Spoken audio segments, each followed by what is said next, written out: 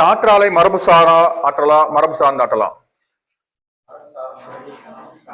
மரபு சாரா. சீக்கிரம் காற்றாலையில India second place. காற்றாலை மின்சாரம் வந்து மரபுசாரா ஆற்றல்.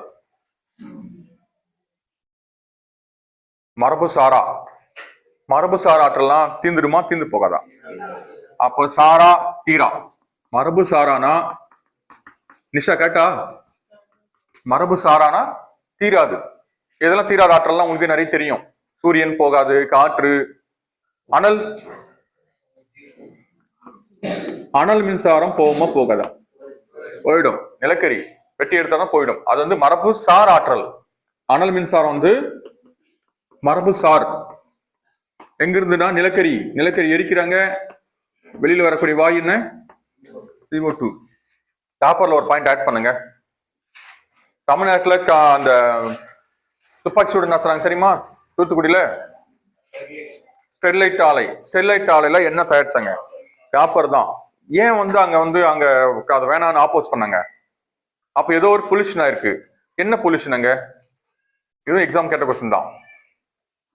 யார் சொல்றது? சல்பர் டை ஆக்சைடு இல்ல, SO3. Sulphur try oxide. எந்தெந்த இண்டஸ்ட்ரீஸ்ல எந்தெந்த கேஸ் வெளியேறும்? சீக்கிரம் சொல்லுங்க பார்க்கலாம். நான் எழுதுறேன், நீங்க சொல்லுங்க. இல்ல நீங்க சொல்லுங்க, நான் எழுதுறேன். ஏதாவது சொல்லுங்க. NO2 எங்க? உரம். ஏன்னா நைட்ரஜன் உரம் சொல்றோம் நம்ம. NO2 உர தொழிற்சாலையில. பக்கத்துல ஒரு உர தொழிற்சாலை எதுன்னு பார்க்கலாம். உரம் எங்க? ஸ்பிக்கு. ஓகே. தமிழ்நாட்டுல ஒரே ஒரு உர தொழிற்சாலைன்னா ஸ்பிக் எங்க இருக்குன்னா தூத்துக்குடியில இருக்கு. வேற எங்கேயும் இல்ல. இந்த கனநீரும் ஸ்பிக்கும் பாத்தீங்கன்னா ஸ்பெசிபிக்கா ஒரே டிஸ்ட்ரிக்ட்ஸ்ல இருக்கும், தூத்துக்குடி. வேற எங்கேயும் இருக்காது. அது கனநீர் வேற எங்கேயும் இல்லை தமிழ்நாட்டுல, ஸ்பிக்கும் வேற எங்கேயும் இல்லை தூத்துக்குடியில. தமிழ்நாட்டின் நுழைவாயில் எது? தூத்துக்குடி. உரம் SO2 சொல்லுங்க. ஆயில் ரெஃபைனரி, எண்ணெய் சுத்திகரிப்பு. உர தொழிற்சாலை ஏதோ ஒரு ஊர் பேர் சொல்லுங்களேன். இண்டஸ்ட்ரீஸ் எங்க? நங்கல் எங்க இருக்கு? பஞ்சாப். நங்கல் ஏதாவது எனி ஸ்பெஷல்? கனநீர். சிந்திரி உரம். பிம்பிரி ஓகே. வாரணாசி ரயில் engine, diesel engine. Okay. Nangal. Oil refinery சொல்லுங்க. ஒரு குரூப் 4 கொஸ்டின்ல இருந்து. இந்தியாவின் மிக பழமையான எண்ணெய் சுத்திகரிப்பாலை எது? திக்பாய். திக்பாய் எங்க இருக்கு? அசாம். பெருசு எது? மும்பை ஹை. மதுரா எங்க இருக்கு? மதுரா உத்தரப்பிரதேஷ். இதெல்லாம் வரக்கூடிய வாயு எதுனா சல்பர் டை ஆக்சைடு. அதை ஏற்கனவே நிறைய முறை கேட்டிருப்பாங்க கொஸ்டின். டிஎன்பிஎஸ்சில பெரும்பாலும் கேட்கிற கொஸ்டின் இது. மதுரா எண்ணெய் சுத்திகரிப்பு ஆலையிலிருந்து வெளியேறும் SO2 வாயினால் தாஜ்மஹால் பாதிப்படைகிறது. அது நிறம் மங்குகிறதுன்னு சொல்லுவாங்க. அது பேர் கால்சர யோகம். சரியா? லைட்டா மஞ்சளா இருக்கும். நீங்க நினைப்பீங்க மஞ்சள்னா மங்களகரமானதா அப்படின்ட்டு, ஆகட்டும் அப்படின்னு. சரிங்களா? அது வேற மாதிரி டல்லா போகும். பில்டிங் டேமேஜ் ஆயிடும். அப்புறமா அது CO2 தெர்மல் பவர் ஸ்டேஷன். அனல் மின் நிலையங்களில் வெளியேறும் வாயு CO2. அனல் மின் நிலையம் நிலக்கரி எரிக்கிறது. நிலக்கரி பிளஸ் ஆக்சிஜன் gives CO2. CO2னாவே ஹீட்டா இருக்கும். நம்ம கூட மூச்சு காத்து வெளியிட்டு பாருங்க, அது வந்து கொஞ்சம் அனலா இருக்கும், ரொம்ப மாதிரி ஹீட்டா இருக்கும். அதுதான் வந்து அனல் மின் நிலையம் வெளியேறும் வாயு. குளோபல் வார்மிங், பூமியை சூடேற்றும். CO2 போட்டு வட்டமா போட்டுங்க. பூமியை சூடேற்றும் வாயுன்னு கொஸ்டின் கேட்டிருக்காங்க ஏற்கனவே. Global warming.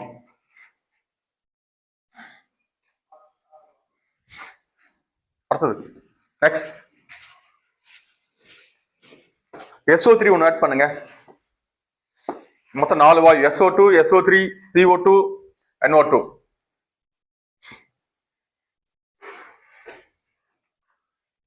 அந்த புவி இது இருக்கு இல்லையா, பூகம்பம் இல்ல, எரிமலை வெளியேறும் இல்ல, எரிமலை குழம்பு வெளியேறும் போது ஃபர்ஸ்ட் வரது 5வது போட்டுங்க, நீராவின் போடுங்க. H2O போட்டு பிராக்கெட் நீராவின் போடுங்க. எரிமலை குழம்பு அதிகமா வர எரிமலை குழம்புல H2O தான். நீராவி மொத்தம் இப்ப 5 சொல்லியிருப்பேன் நான் உங்களுக்கு.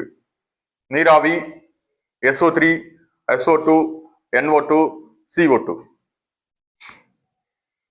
எரிமலை குழம்பிலிருந்து வெளியேறும் வாயுக்கள் போட்டு ஆர்டர் பண்ண சொல்லியிருந்தாங்க ஒரு முறை எக்ஸாம்ல. H2O, அப்புறம் CO2, NO2, இந்த 3 தான் மெயின். கூட இருக்கும் நிறைய எக்ஸட்ரா. நம்ம கேட்கறது வந்து ஃபர்ஸ்ட் 3 ஆர்டர் பண்ண தெரிஞ்சுங்க. நிறைய பேர் இதை கவனிச்சிட மாட்டாங்க. நம்ம நீராவி எங்க வருதுன்ட்டு. எரிமலை குழம்பு போன வாரம் ஒரு வாட்ஸ்அப் அனுப்ப பாத்தீங்களா நீங்க? போன வாரம் வந்து ஒரு வீடியோ இல்லை, ஒரு ஸ்னாப் அனுப்பணும் பாத்தீங்களா? பாக்கல யாரும்? என்னமா நியூஸ் தான். அதுக்கு எரிமலையை கொண்டு போய் எடுக்க முடியும். நான் நியூஸ்ல எந்த ஊர் அது? ஏதோ ஐரோப்பியன் கண்ட்ரி தான். அது பாருங்க, முதல் வரத்தின வந்து மெயினியம் பாத்தீங்கன்னாக்கா இதுதான், நீராவி தான் அதிகமா இருக்கும். அதுல இருந்து வரக்கூடிய ஒரு எனர்ஜி எடுத்து என்ன பண்றாங்க, கரண்ட் தயாரிக்கிறாங்க. என்னது? புவி ஜியோ தெர்மல் எனர்ஜி எங்க எடுக்கிறாங்க அதிகமா? மணிக்கு இந்தியாவில் இமாச்சல பிரதேச மணிக்கரன். வேர்ல்டு லெவல்ல ஜியோ தெர்மல் எனர்ஜி, புவி வெப்ப ஆற்றல். இது வந்து மரபுசாராவா? புவின்னு சொன்னவன இயற்கை சொன்னா நீங்க மரபுசாரான்னு போட்டுருங்க. இயற்கை சொன்னா மரபுசாரா. சூரியன், கடல், ஆறு, அலை, இது எல்லாமே வந்து இயற்கையோடு சொல்றது எல்லாமே அது எங்கேயுமே வந்து தீராது. இப்ப நீங்க எக்ஸாம்பிளுக்கு ஒரு பாயிண்ட் சொல்லுவீங்க, நிலக்கரின்னு சொன்னாக்கா அது இயற்கையோடு இல்லது. அது நம்ம கிரியேட் பண்ணி உயிரினங்கள்லாம் இறந்து அப்புறம் வந்து என்ன சொல்றோம், பிசிக்கல் சேஞ்ச், கெமிக்கல் சேஞ்ச மாறி அழுத்தத்துக்கு உட்பட்டு அப்புறமா சேஞ்சஸ் ஆகுது. அது செயற்கையா. இயற்கையில எந்த ஆற்றல் கேட்டாலும் கண்ண மூடி என்ன பண்ணலாம் நீங்க? என்னன்னு பண்ணோம்? மரபு சாரா. அந்த ஆற்றல் வந்து இயற்கையோடு இருக்குதா இல்ல வேற மாதிரி இருக்கான்னு பார்த்த உடனே நீங்க ஆன்சர் கண்டுபிடிச்சிடலாம். நிறைய கொடுப்பாங்க இதுல. ஒரு எக்ஸாம்பிளுக்கு ஒரு டிஇடி கொஸ்டின் இங்க பாருங்க, போர்டு தெரியுதா? டிஇடி கொஸ்டின்ல இது கேட்டிருந்தாங்க, பயோமாஸ் ஒரு எந்த வகை ஆற்றலை குறிக்கும்?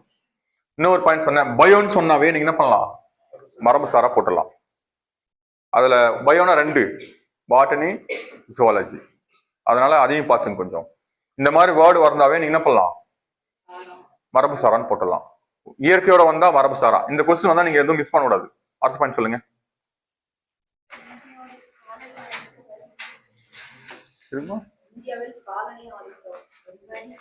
காலனி ஆதிக்கம் யாரு வந்தாங்க முதல்ல? கடைசியா போனவங்க யாரு? போர்ச்சுகீசியர்கள் ஃபர்ஸ்ட் வராங்க. ஆமா, கடைசியா போனதும் போர்ச்சுகல் தான். போர்ச்சுகல் நாடு எங்க இருக்கு? ஃபர்ஸ்ட் போர்ச்சுகல், அப்புறம் டச்சு, ஆங்கிலேயர், அதை டே சின்னதா போட்டுங்க. அப்புறம் பிரெஞ்சுக்கால். இந்த SSDR படிக்கிற மாதிரி தெரியாது படிக்கிறதுக்கு. கரெக்டா? SSDR ஒன்று படிக்கிறோமா, அதே மாதிரி கொஸ்டின் தான் இதுவும். பாருங்க, போர்ச்சுகல் நாடு எங்க வந்தாங்க? போர்ச்சுகீசியர்கள் எங்க வந்தாங்க? இது போர்ச்சுகீசியர். போர்ச்சுகல் நாடு. போர்ச்சுகல் நாடு எங்க இருக்கு? போர்ச்சுகல் நாடோட தலைநகரம் லிஸ்பன். ஓகே. டச்சுக்காரங்க எங்க வந்தாங்க சொல்லுங்க? டச்சு நாடு ஒண்ணு இல்ல, நெதர்லாந்து. நெதர்லாந்து எங்க இருக்கு? அதே ஐரோப்பா. தலைநகர் ஆம்ஸ்டர்டம். நெதர்லாந்து ஏதாவது இம்பார்ட்டன்ட் கொஸ்டின் இருக்கா நம்ம படிக்கிறதுக்கால? பன்னாட்டு நீதிமன்றம், இன்டர்நேஷனல் கோர்ட், தி ஹேக், பன்னாட்டு நீதிமன்றம். இப்ப நம்ம டிஸ்ட்ரிக்ட் கோர்ட்னு சொல்றோமா, அப்புறம் வந்து ஹெட் ஆபீஸ் ஒன்று இருக்கும், அப்புறம் வந்து டெல்லியில் ஒன்று இருக்கும், அந்த லேயர் ஒன்று இருக்கும். அதையும் தாண்டி போனா நம்ம யாரும் வந்து நான் சுப்ரீம் கோர்ட் வரனாலும் போய் பாத்துறேன் நான் பிரச்சனை சொல்றாங்க தெரியுமா? அவனுக்கு மட்டும் இது இங்க இருக்கு தெரிஞ்சு வச்சுக்கா, இனிமேல சுப்ரீம் கோர்ட் சொல்ல மாட்டான். என்ன சொல்லுவான், நான் நெதர்லாந்து போயிட்டு ஏக்கு போய் பாக்குறேன்னு சொல்லுவான். அவன் யாருக்கும் தெரியாது நம்ம ஊர் ஆளுங்களுக்கு. சின்னதா ஒரு வர பிரச்சனை கூட நான் சுப்ரீம் கோர்ட் போனாட விட மாட்டேன் அப்படின்றான். இது தெரியாது நிறைய பேருக்கு. இது மட்டும் தெரிஞ்சிச்சுன்னா சுப்ரீம் கோர்ட் மறந்துடுவான். ஆங்கிலேயர்கள் வந்தாங்க இங்கிலாந்து. இங்கிலாந்து, யூகே, லண்டன் எல்லாம் ஒண்ணுதான். டேனியர், டென்மார்க். Denmark any famous? ஏதோ ஒரு ஜிகே கொஸ்டின் சொல்லுங்க. காற்றாலை நாடு எதுங்க? கரும்பு. வேற? காற்றாலை உற்பத்தி நாடு எது சொல்றோம்? சொல்லுங்க, ஏதாவது ஒண்ணு. டென்மார்க்கோட பார்லிமெண்ட் சொல்லுங்க. ஸ்டோட்டிஸ். போல்கட்டிங். ஓகே, அது சில புக்ல கொஞ்சம் மாத்திருப்பான். போக்டிங். டென்மார்க்கோட பார்லிமெண்ட் பேர் வந்து போக்டிங். பிரெஞ்சு எங்கிருந்து வராங்க? பிரெஞ்சுக்காரில் எங்கிருந்து வராங்க? பிரான்ஸ். பிரான்ஸ் தலைநகரம் பாரிஸ். பிரான்ஸ் எந்த அமைப்புல கூட்டமைப்பா இருக்க சொல்ல முடியுமா? உறுப்பினரா? பிரிக்ஸ்ல வருதா? வரல. ஐநாவில் ஐநா நிரந்தர உறுப்பு நாடுகள் வருமா? வரும். அடுத்த கொஞ்சம் சொல்லுங்க. இதுதான், இது ஞாபகம் சொன்னேன் இல்லையா? போடா ஆபின்னு. போடா ஆபி. கொஞ்சம் இன்னும் வெல்கரா திட்டுனா போடா டேன்னு சொல்லிடலாம். கொஞ்சம் வேகமா திட்டுனா இங்க பாருங்க, போடா ஆபின்னு சொல்றோம் இல்லையா? இது ஆக்சுவலா ஆங்கிலேயருக்கு அப்புறம் யார் வராங்க? டேன். அது வந்து கொஞ்சம் நமக்கு வராது ஆர்டர்ல. கொஸ்டின் பேப்பர்ல வரது எல்லாமே அசம்பிள் பண்ணது எல்லாமே போர்ச்சுகீஸ், டச்சுக்காரர், ஆங்கிலேயர், பிரெஞ்சுக்காரர் தான் கொடுப்பாங்க. நம்ம SSSDR படிக்கும்போது ஐ விட்டுறோம்ல, இந்த ஐ ஒண்ணு சின்னதா ஒன்று போடுவோம் இன்டெகிரிட்டி, அந்த மாதிரி தான் அதுவும் டேனியர். நம்ம கணக்குல நம்ம பிசிக்ஸ் எல்லாம் பாத்தீங்கன்னா ஒரு ப்ராப்ளம் சால்வ் பண்ணிட்டே வருவோம். அங்க வந்து ஒன்னை விட கம்மியா தான் நம்ம பண்ணுவோம், வேல்யூவை ஒமிட் பண்ணுவோம். கரெக்டா ஞாபகம் இருக்குங்களா?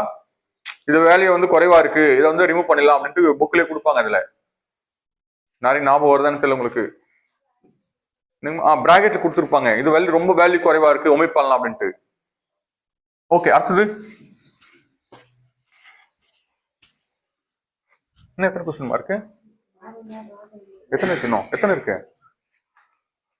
கொஸ்டின் சொல்லுங்க. ஆளுநர் ராஜினாமா கடிதம் யாரிடம் அளிப்பார்? குடியரசுத் தலைவர். ஆளுநர் நியமனம் பண்றது குடியரசுத் தலைவர். ஆளுநருடைய ராஜினாமா கடிதம் குடியரசுத் தலைவர் கொடுப்பாங்க.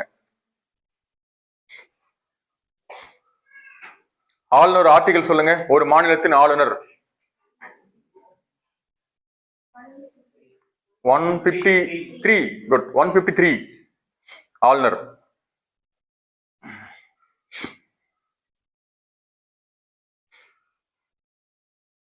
ஆளுநருக்கும் குடியரசுத் தலைவருக்கும் ஒரு ஆர்டிகல் சொன்ன ஞாபகம் இருக்கா?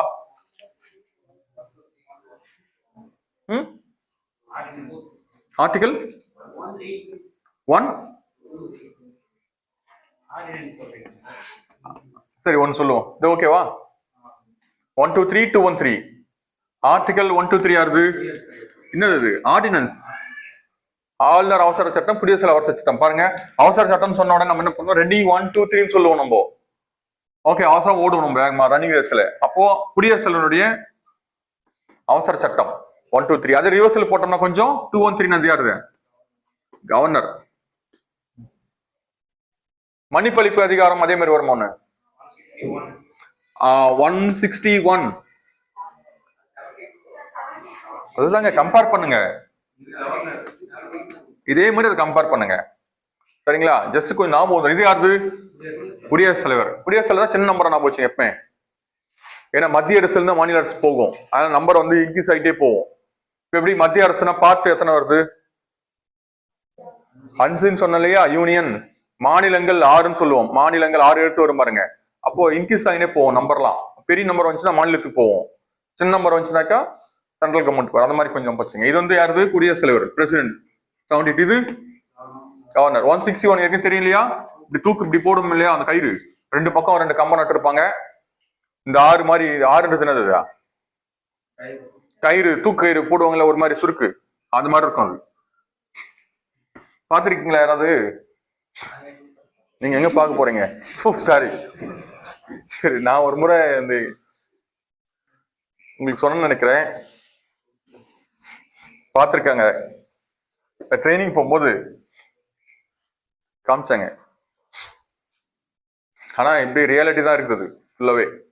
கஷ்டம். ஆனா அந்த காலத்துல கடுமையான சட்டங்கள் இருந்தது, பயந்தான், தப்பு நடக்கல. இப்போ அப்படியே ஆப்போசிட்டா இருக்கு. ஆக்சிடென்ட் கொடுக்க மாதிரி படிச்சீங்க. இப்ப அப்படியே தலைகீழா இருக்குது. எல்லாமே வந்து கடுமையான சட்டங்கள் இருந்தது, தப்பு பண்ணாம இருந்தா எதுவும் பிரச்சனை இல்லை. இப்போ அப்படியே ஆப்போசிட்டா மாறினே இருக்கு. சட்டங்கள் இருக்கு, செயல்படுத்த முடியல, தவறு நிறைய நடக்குது. அடுத்தது மொழி. மொழின்னு சொன்ன உடனே என்ன பண்ணோம்? மொழி கூடாது. மொழினா எதையாவது ஒன்று சொல்லுங்க. என்ன கொஸ்டின் சொன்னாலும் சரி, டிஎன்பிஎஸ்சி ரிலேட்டடா. Very good. அட்டவணை எத்தனை? 8. அப்புறம் ஏதோ தெரிஞ்சா சொல்லுங்க. Very good. 22 மொழிகள் தேசிய மொழிகள். பாட்டு 17, 7 மொழி, 10, 15, 16, 17. ஆர்டிகல் 343 343 தேசிய மொழி தேவநாகரி இந்தி. ஓகேமா. 351 பர்டிகுலரா 343 சொல்லுது. ஆமா, எங்க பாருங்க, மொத்தமா வந்து இந்த பக்கம் 3, 4, 3 எந்த பக்கம் திரும்பினாலும் நமக்கு மொழி வேணும். 4 பக்கமும் சென்டரா இருக்கும். எப்படி இருந்தாலும் நமக்கு எல்லா மொழி தெரியாம முடிக்கூடாது. இப்படி இருக்கு இல்லையா? உலகத்துல எங்க போனாலும் 4 பக்கம் பிரிப்போம். சென்டர் 4 போட்டுங்க. இந்த பக்கம் 3, இந்த பக்கம் 3 இருக்கு. நான் ஏற்கனவே 3 தான் முழிக்கணும்னு சொன்னோம் இல்லையா? எங்க போனாலும் மொழி தெரியல என்ன பண்ணுவீங்க? திருன்னு முழிக்கணும். 3, 4, 3 120 எங்க யூஸ் பண்றாங்க மொழியா? எங்க? ஆமா, இது வந்து எந்த எக்ஸாம் கேட்டாங்க ஞாபகம் இருக்குங்களா? 2023 ஏதோ ஒரு எக்ஸாம்பிள் கேட்டிருக்காங்க. ஆர்டிகல் 120 நான் கேட்டா, பாராளுமன்றத்துல இந்தி இங்கிலீஷ் தெரியலன்னா தாய்மொழியில பதவி பிரமாணம் எடுத்துக்கலாம். அதுக்கு ஒரு ஷார்ட்கட் பாருங்களேன். 120 சொன்ன என்ன சொன்னது ஞாபகம் இருக்குங்களா? 1 தெரியுமா? 2 தெரியுமா? அதாவது இந்தி தெரியுமா? 10 நம்ம இங்கிலீஷ் தெரியுமா? கம்மன் திருதுன்னு முடிச்சுன்னு இருப்பான். எதுவுமே தெரியலையா? நீ தாய்மொழியாவது பதவி பண்ணத்துக்கோ. அதான் 120. பாருங்க, 1 ஃபர்ஸ்ட் கேட்பாங்க இந்தி தெரியுமா? 2வது இங்கிலீஷ் தெரியுமா? தெரியாது. அப்புறம் என்ன பண்றான்? முழிக்கிறான். 0 ஒண்ணுமே தெரியல. அடுத்தது என்ன பண்ற? நீ தாய்மொழியாவது பதவி பிரமாணம் எடுத்துக்கோ அப்படின்னு சொல்றான். 120. இப்ப பாருங்க, மொழின்னு சொன்ன உடனே நமக்கு ரிலேட்டடான பாயிண்ட்ஸ் எல்லாம் அட்டவணை, தேசிய மொழி, இங்கிலீஷ் பக்கத்துல இது. இங்கிலீஷ் என்னது? இங்கிலீஷ் இணைப்பு மொழி. இந்தி ஆட்சி மொழி. நாகாலாந்துல இங்கிலீஷ் ஆட்சி மொழி. ஜம்மு காஷ்மீர்ல யாச்சின் பண்ணிட்டாங்க. கரெக்டா இருங்க சொல்லுவாங்க. ஜம்மு காஷ்மீர் என்ன மொழிமா? உருது. ஜம்மு காஷ்மீர் உருது. நாகாலாந்துல இங்கிலீஷ். தமிழ்நாட்டுல தமிழ் தானே? ஓகே. இணைப்பு மொழி, ஆட்சி மொழி போட்டீங்களா? நாகாலாந்துல சொல்லிட்டீங்க. இன்னொன்னு இங்கிலீஷ் வந்து அட்டவணையில இருக்கா? அதுதான் ரொம்ப இம்பார்ட்டன்ட். ஒரு முறை எக்ஸாம்பிள் கேட்ட கொஸ்டின் அது. பின்வரும் மொழிகளில் எது அட்டவணையில் இல்லை? அட்டவணையில் இடம் பெறாத மொழி எதுன்னு கேட்டா இங்கிலீஷ். இங்கிலீஷ் இல்லைன்னு போட்டணும். மோனையில் எழுதுங்க. இங்கிலீஷ் இல்லை அப்படின்னு எழுதி வைங்க. நீங்க அப்பதான் உங்களுக்கு ஈஸியா புரியும். 24 என்ன? சாகித்ய அகாடமி விருதுக்கு எத்தனை மொழியில செலக்ட் பண்ணாங்க? 24. மீதிலாம் நம்ம அமெண்ட்மெண்ட் எல்லாம் உங்களுக்கு தெரியும் நினைக்கிறேன். 21 71 கூட்டினா இங்க பாருங்களேன், இப்பதான் படிக்கிற வாய்ப்பு உங்களுக்கு. 21 71 கூட்டினா 92. 2 3 கணக்கு மாதிரி ஞாபகம் வச்சுங்க. 4. இது ஒரு சிம்பிள் மேக்ஸ். நம்ம அமெண்ட்மெண்டே மேக்ஸா படிக்கிறோம். 21 என்ன? சிந்தி மொழி ஆட் பண்ணது. எத்தனாவது? 15வது. எந்த வருஷம்? 1967. 71 கொங்கணி, மணிப்புரி, நேபாளி 3 மொழி ஆட் பண்ணாங்களா? இதெல்லாம் மொழியோட ரிலேட்டட் அமெண்ட்மெண்ட். எந்த வருஷம்? 1992. குட். இப்ப பாருங்க, ரெண்டுத்தையும் கூட்டுங்க. எத்தனை கூட்டினா? 92. என்ன தெரியுதா? பிடிஎம்எஸ், போடோ டோக்ரி. இது நல்லா பெருசா இருந்துச்சுங்க. Bachelor of dental medical science. Over. மொழி எந்த கொஸ்டின் கேட்டாலும் நம்ம இனிமேல தெரியாதுன்னு சொல்லக்கூடாது. நம்ம ஹிந்தி தான் தெரியாது நமக்கு, ஆனா மொழி ரிலேட்டட் கொஸ்டின் நம்ம சொல்லலாம். சிந்தி மொழி 8வது அட்டவணையில் எப்ப சேர்த்தாங்க? 21. 71 கொங்கணி, மணிப்புரி, நேபாளி 92. ரெண்டுத்தையும் கூட்டினா 92. 92 எந்த வருஷம் கேட்டா அதை அப்படியே கூட்டுங்க. 1 1 2 அப்புறம் 3. எத்தனை மொழி? 4. அந்த 2 3 4 வந்துச்சுன்னா உங்களுக்கு இயர்ல வந்து கன்ஃபியூஷன் வராது. 4 மொழியை எப்போ சேர்த்தாங்கன்னு கேட்டாலும் உங்களுக்கு எரரே வராது. எந்த வருஷம் சேர்த்தாங்கன்னு கேட்டா 2003. எந்த அமெண்ட்மெண்ட்னா 92. என்னடா மொழின்னு கேட்டா போடா, டோக்ரி, மைத்திலி, சாந்தலி. அதுதான் நம்ம ஷார்ட்டா சொல்லுவோம் BDMS. போடோ சாரி அந்த இதுக்கு என்ன சொன்ன ஃபுல் ஃபார்முக்கு bachelor of dental medical science. இனிமேல் BDS கூட மாத்திரையால மாத்திரம்னு நினைக்கிறேன். எல்லாம் BDS வந்து மெடிக்கல் சயின்ஸ் மாத்தினா பேரை மாத்திட்டு இருக்காங்களா எல்லாத்தையும்? கரெக்டா இல்லையா? துறைகள்லாம் பேரை மாத்துறாங்க. அந்த மாதிரி இதை மாத்தலாம் அப்படின்னு சொன்னா இது மாதிரி மாத்தலாம்.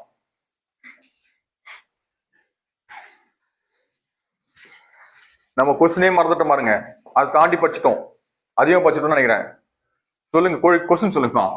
மொழிக்காக அமைக்கப்பட்ட குழு, இந்த மாதிரி படிக்கணுங்க. அதாவது ஒரு மொழின்னு எடுத்துட்டா அது என்னென்ன இப்போ நம்ம நிறைய படிக்கலாம். அது மொத்தமா ரிலேட்டடா எக்ஸாம் பாயிண்ட் ஆஃப் நிறைய ப்ரீவியஸ் கொஸ்டின் பேப்பர்லாம் பார்க்கணும். நீங்க ப்ரீவியஸ் கொஸ்டின் பேப்பர்ல என்னென்ன கேட்டிருக்காங்க அப்ப நிறைய படிக்கும்போது நான் கேட்டா டெய்லி நான் ஏற்கனவே சொல்லியிருக்கேன், ஒரு கொஸ்டின் பாருங்கன்னு சொல்லியிருக்கேன். அப்படியும் இல்லையா, வாரத்துக்கு ஒன்று பாருங்கன்னு சொன்னேன். அப்படியும் இல்லையா, எத்தனை வாரத்துக்கு ஒரு முறை பார்க்க சொன்னோமா? ஒரு வாரத்துக்கு ஒன்று தான் சொல்லியிருக்கேன். அப்போ சரியா, அப்போ ஒரு வாரத்துக்கு ஒன்று தான். 2 வாரத்துக்கு ஒன்றுனா வராது. 2 வாரத்துக்கு ஒன்றுனா செல்லாதுன்னு சொல்றாங்க. அது மாதிரி வாய்ப்பு இல்லை. வாரத்துக்கு ஒன்றாவது கண்டிப்பா பார்க்கணும். எத்தனை பேர் பாக்குறீங்க? கை உயர்த்துன்னு பார்க்கலாம். மீதி பேர்லாம் கொஸ்டின் பேப்பர் கிடைக்கலையா? அடுத்த வாரத்துல இருந்து இப்ப அதுதான் உங்களுக்கு அது பார்க்க மாட்டேன்னு சொல்றதுக்காக தான் இன்னைக்கு அந்த ப்ரீவியஸ் கொஸ்டின் பேப்பர் பார்க்க சொல்லியிருக்கேன். இது அதுல இருந்து தான் டெஸ்ட். இது முடிச்சுட்டு கேட்கறாங்க. கொஞ்சம் வேற என்ன வழியே இல்லை அப்புறமா அவங்களை படிக்க வைக்கிறதுக்கு. படிக்க சொன்னாதான் நம்ம மைண்ட் அப்புறம் ஆதி காலத்துல இருந்து அப்படிதான் நம்ம பழகிட்டோம். சொன்னா செய்வோம், சொல்லலாம் செய்ய மாட்டோம். செய்ய மாட்டோம்னோட மைண்ட் அப்படிதான் செட் பண்ணிருக்கோம். நம்ம ஜீனோட ஆதிக்கமே அப்படிதான், சொன்னா செய்வோம். கரெக்டா? அப்படிதான் நம்ம ஜென்ரேஷன் வந்திருக்கு எல்லாமே. ஓகே, மொழிக்கு அமைக்கப்பட்டதுன்னு கேட்டாக்கா கமிட்டி சொல்லுங்க. பிஜி கேர், இதுவும் எக்ஸாம் கேட்ட கொஸ்டின் தான். பிஜி கேர் அது நெடில புரியல, பரவாயில்ல, சில கொஸ்டின் பேப்பர்ல மாற்றி போட்டிருப்பாங்க. அப்புறம் நீங்க அந்த ஆந்திரா தனி மாநிலம் பார்க்க வேண்டியதான். ஜஸ்ட் சொல்லிடுறேன். ஆந்திரா தனி மாநிலம் மொழியின் அடிப்படையில் பிரிச்சாங்க இல்லையா? நம்ம மாநிலங்கள் உருவானதுன்னு ஒரு டாபிக் பார்த்தோம். அதுல பாத்தீங்கன்னா உங்களுக்கு தெரியும் என்னென்ன பேஸ்ல பண்ணாங்கன்ட்டு. ஃபர்ஸ்ட் என்ன பண்ண தாரா, அப்புறம் 2வது குழு பேர் என்ன JVP, ஜவஹர்லால் நேரு, வல்லபாய் பட்டேல், பட்டாப் சிட்டனா. அடுத்தது பசல் அலி. அதுல வந்து HN சுப்ஸ்லாம் வருவாங்க இல்லையா? பசல் அலி, பனிக்கர், இவங்கெல்லாம் மெம்பர் போறவங்க. இப்போ வந்து மொழிக்காக மொழி மாநிலங்கள் அமைக்கப்பட்ட குழுக்கள் கேட்டா இது சொல்லிடலாம். இதுவும் எக்ஸாம்ல கேட்ட கொஸ்டின் தான். எது இடம்பெறவில்லைன்னு கொஸ்டின் ஆப்ஷன்ல கேட்பாங்க, அதை பார்க்கணும். ராஜமன்னார் கேட்ட கரெக்டா? தப்பது. மொழிக்காக அமைக்கப்பட்டதில் குழுக்களில் பொருத்தமற்றது. SK Dhar, JVP and Fazal Ali plus ராஜமன்னார்னு கொடுக்குறான். ஈஸியா நமக்கு ஆன்சர் பண்ணிடலாம். அப்ப நம்ம ரிவியூஸ்டா படிக்கணும். நம்ம அதை ராஜமன்னார் வராது, அது ஸ்டேட்டுக்காக அமைச்சது, மத்திய மாநில உறவா? அப்ப சப்போ அது திரும்ப ஒரு கொஸ்டின் கேட்பான். போன வாரம் பார்த்த மாட்டோம். நம்ம மத்திய மாநில உறவுக்காக அமைக்கப்பட்ட குழுக்கள் சர்க்காரியா, ராஜமன்னார், பூஞ்ச் பிளஸ் பசல் அலின்னு கேட்கிறேன். இதுல பசல் அலி வராது. ஓகேவா? அடுத்த கொஸ்டின் சொல்லுமா. முகவுரையில சரியான வாசகம். நம்ம டெய்லி வாசகம் என்ன பண்றதா படிச்சுட்டு தான் இருக்கோம். என்னது இது? திரும்ப திரும்ப ஏதாவது இந்த கொஸ்டின் சொல்றேன், தெரியுதுங்களா? இந்த கொஸ்டின் 42, 44 சட்ட திருத்தம் எல்லா கொஸ்டின் பேப்பர்லும் இருக்குதா இல்லையான்றது நீங்க என்ன பண்றீங்க, ஒரு முறை செக் பண்ணுங்க. சும்மாதான் ஒரு கொஸ்டின் தள்ளி பாருங்களேன். இந்த கொஸ்டின் இருக்குதான்னு பாருங்க. 3 கொஸ்டின் நீங்க எழுத போற கொஸ்டின் இருக்கும். எப்போ? ஆகஸ்ட்லயும் செப்டம்பர்ல எழுத போறீங்க. அந்த கொஸ்டின்லயும் இந்த 3 கொஸ்டின்ல இருந்து ஒண்ணு வரும், கண்டிப்பா வரும். நீங்களும் எழுதி வச்சீங்க இந்த டேட்ல. முகவரை ரிலேட்டடா ஒரு கொஸ்டின் வரும். சட்ட திருத்தம் 42, சட்ட திருத்தம் 44. சரிங்களா? முகவரையில் தான் வாசகம் இப்படிதான் இருக்கு. முகவரியில இந்த சுதந்திரம், சமத்துவம், சகோதரம் ஒரு பாயிண்ட் பார்த்தோமா? எதோட முழக்கம்? மனித புரட்சி, பிரெஞ்சு புரட்சி. எப்போ? அதோட ரிஃப்ளெக்ஷனும் அதுல இருக்குன்றாங்க. இதுல முகவரையில் இருக்கு. ஏற்கனவே நம்ம நேரு பத்தி படிக்கும் போது அதுல ஃபுல்லா நம்ம அரசியலமைப்பினுடைய உருவான விதம் பார்க்கும்போது அதில் பார்த்துட்டு நம்ம ஃபுல்லாவே இந்த வார்டு SSSDR திரும்ப திரும்ப சொல்றோம் நம்ம. சரிங்களா? இறை தமிழ் சொல்லுங்க யாராவது. ஓகே, அதுல இன்டெகிரிட்டின்னு ஒரு வேர்டு இருக்கும். சம்டைம்ஸ் கொஸ்டின் கேட்பாங்க, ஒருமைப்பாடுன்னு இருக்கும், அதுல கேட்க மாட்டாங்க. இப்ப போடாபில வந்து டேனிஷ் விட்டமில்ல அந்த மாதிரி அது. ஓகே, 42 எல்லாருக்கும் தெரியும். 44 எல்லாருக்கும் தெரிஞ்சு நினைக்கிறேன். ஹரிகரன் சொல்லு 42. Very good. கடமை, வெறும் ஷார்ட்கட், அவ்வளவுதான். கடமை, அவன் கடமை சொல்லியாச்சு. 44 வா சதீஷ்குமார் சொல்லு. கடமை சொன்னா இன்னொன்னு உரிமை, அவ்வளவுதானா? அடிப்படை உரிமையா? இன்னும் கொஞ்ச காலம் பண்ண தெரியுமா சொல்லுவாங்க, இது மட்டும் சொல்லுவான். இந்த பாரு, கரெக்டா? சரி போச்சு, நீங்க அதான சொல்லி கொடுத்தீங்க. இந்த பாரு, கரெக்ட் தானே பாலாஜி? இன்னும் கொஞ்ச காலம் போனா அடுத்த ஜெனரேஷன் வந்தா எப்படி படிக்கும்? மீதெல்லாம் போயிடுச்சு. டா 1 ரீ 1. ஏன்னா கேட்டா நீங்க தானே சொன்னீங்க, டா போட்டா 2, ரீ போட்டா 4. ஓகே, அடுத்தது முதல் உலக போர்.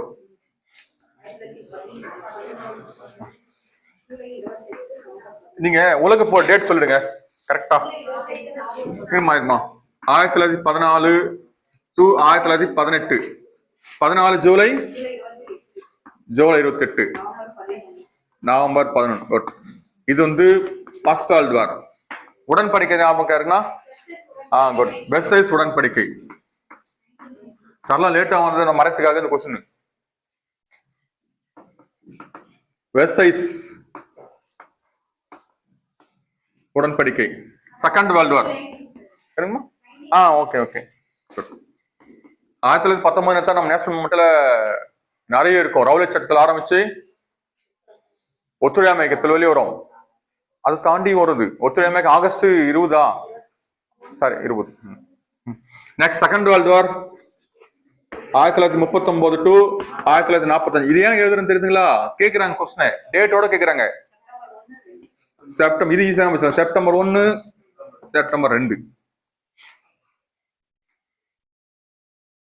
ஏற்கனவே சொன்னதுதான்.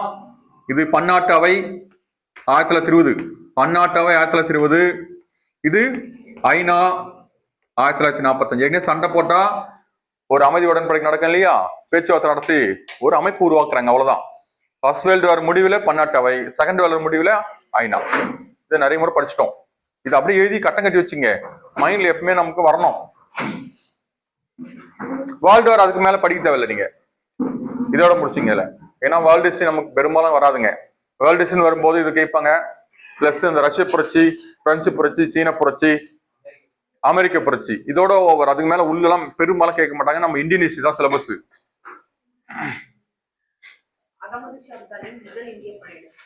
அகமது ஷா அப்தாலின் முதல் இந்திய படையெடுப்பு.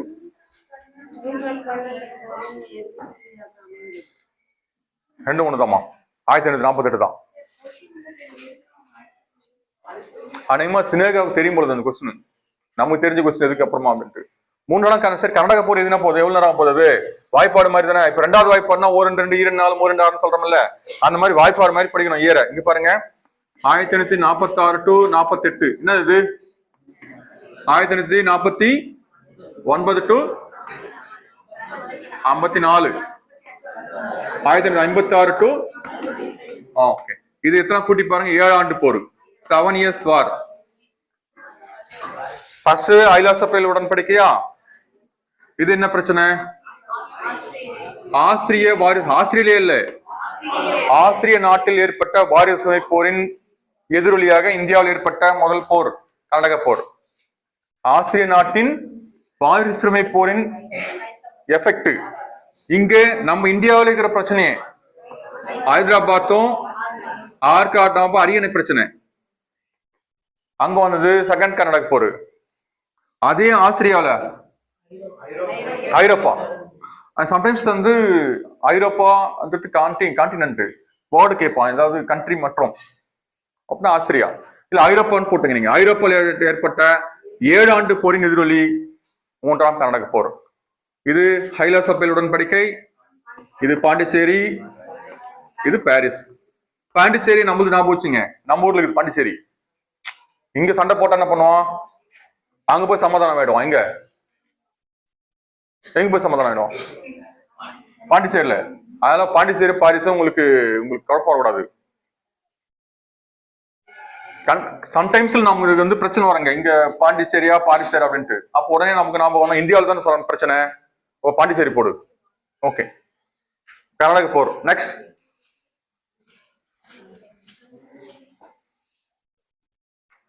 அது நம்ம அகமது ஷா அப்தாலி முதல் இந்திய படையெடுப்பு. குட். 1848 அகமது ஷா அப்தாலின் முதல் இந்திய படையெடுப்பு. 1001 சரி சார். ஓகே. கஜினியோட முதல் படையெடுப்பு 1000. கஜினி அகமது ஷா அப்தாலி 1739 நாதிஷா. 1398